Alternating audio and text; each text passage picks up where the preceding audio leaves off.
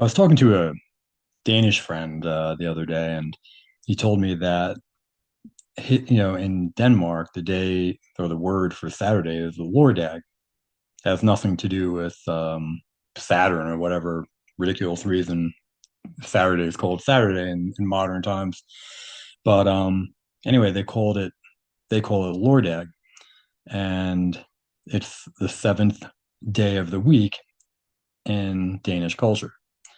And it says that that word means bath day.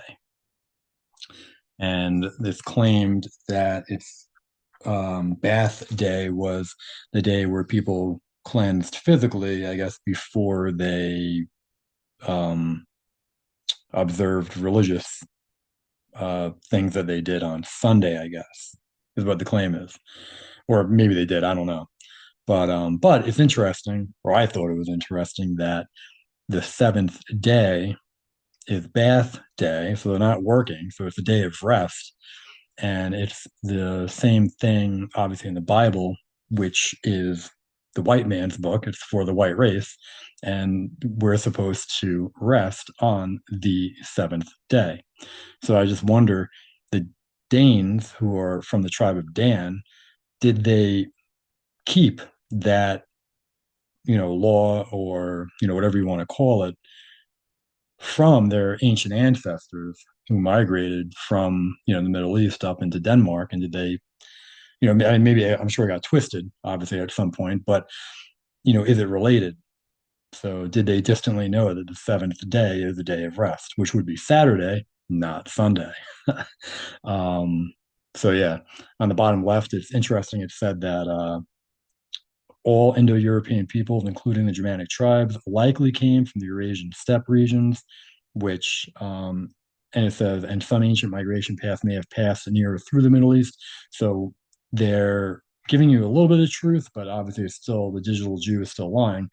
The white race did come from the Middle East, and then they passed through the Eurasian steppes, etc. Hence why, as the white race passed through the Caucasus Mountains, they became known as Caucasians, etc., etc. A whole bunch of different examples. So here the digital Jew is trying to reverse it. What came from the Eurasian steppe, more than likely, well, I'm assuming the white race had migrated to the Eurasian steppe in ancient times, but also I'm sure they came into contact with the Mongolians, which I think are the Canaanites, um, and who are now called the Hakka Chinese, right? They're the offspring of Cain. They're actually Jews.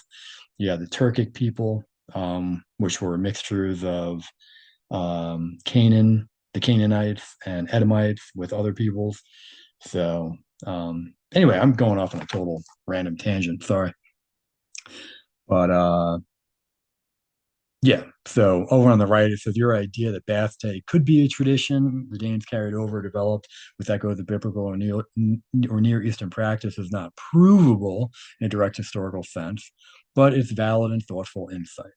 And I bet it is provable if I knew more, or maybe some people out there do know more. Um, but again, it's a time that it was preparing for sacred time, cleansing before worship, marking time as holy, and obviously resting. They weren't working. So, I mean, it literally is a Sabbath. They just don't want to call it that. So, and then under that, uh, the the claim, well, on the left is the claim, on the right is the digital Jew saying obviously it's not really true, but Danes, the tribe of Dan, Denmark, land of Dan, tribe of Dan went north after exile, right? Because they were exiled from well, first from Egypt, right? The Israelites were kicked out of, or they left Egypt. And then I'm sure from then until captivity, I'm sure Israelites were always migrating and colonizing other parts of the world. Um, so anyway, on the bottom there, it says you're absolutely right that some believe the Danes descend from the tribe of Dan. So, but of course, it's not part of mainstream academic consensus, it says, but we know who runs the mainstream academic institutions, right? They're Jews. So, of course, they're not going to allow this train of thought to actually take any hold.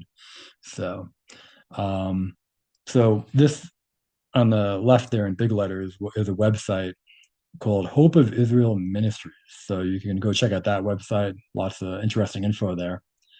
Oh, and before I get to down at the very top, it says, yes, that's a plausible traditional interpretation. The word Dannebrog, the name for the Danish national flag, is often popularly interpreted to mean Dan's cloth.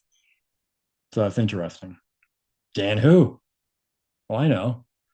Dan of the tribe of Israel. So, um, so anyway, yeah, on this website, it states the Semitic identity of the ancient Danan sailors has been commented on by historians.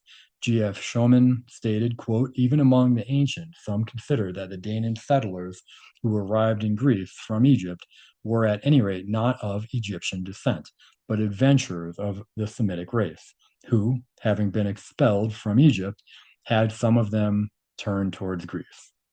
So, and that's Antiquities of Greece, page 12. And so on the bottom is the book that is quoted here. And it does say on the bottom, you follow the arrow, it does have under citation number 3, which I think this author actually does reject, but he mentions it. He says, already in antiquity, some historians considered the colonists from Egypt not as Egyptians, but as foreigners driven out of Egypt. Well, who was that? The Israelites, some of whom had gone to Greece.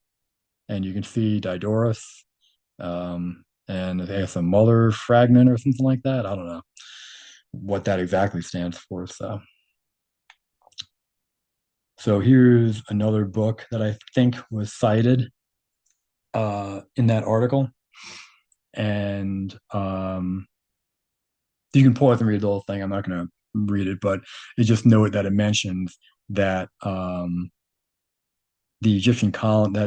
the Egyptian colonists were not really Egyptian, that it was like a myth that they were originally Egyptian. So, and I don't know if that word Mingians is a proper translation. So, but anyway, then on the bottom, oh, the last one here, I think I'm done after this one. Another book, The History of Antiquity from 1877. And if you follow, you can pause and read the whole thing. I'm just reading where the 2 arrows are. And it says the oldest accounts of Western writers of the fortunes of the Hebrews date from the time of the successors of Alexander of Macedon. They were founded partly on accounts of the Egyptians and partly on accounts of the Hebrews themselves. So, and then if you go down a little more, it says the immigration of the Hebrews, whom he does not consider Egyptians, with the supposed immigration from Egypt to Greece. Quote, once when a pestilence had broken out in Egypt, the cause of the visitation was generally ascribed to the angers of the gods. As many strangers of various extraction dwelled in Egypt and observed different customs and religion and sacrifice, it came to pass that the hereditary worship of the gods was being given up in Egypt. I don't know if I need to read. Oh, well, I guess I'll continue. Follow over to the arrow to the right. Um, it says the Egyptians therefore were of the opinion that they would obtain no alleviation of the evil unless they removed the people of foreign extraction. When they were driven out, right, the Israelites, the noblest and bravest part of them, and some say under noble and renowned leaders, Danis and Cadmus, came to Hellas, right, which was in Greece, or was Greece. But the great bulk of them migrated into the land not far removed from Egypt, which is now called Judea, right? So the author is saying that the Israelites, these immigrants were led by Moses, who was the most distinguished among them for wisdom and bravery. So anyway, yeah, you can pause and read the rest, but that's interesting that they're saying here that it was Israelites who went into Greece and maybe started Greece. So, because they were obviously all the white race. Or, I mean, the Greeks were white, so I don't know if they had quote unquote Jews or Canaanites, Edomites, etc., living among them at some point.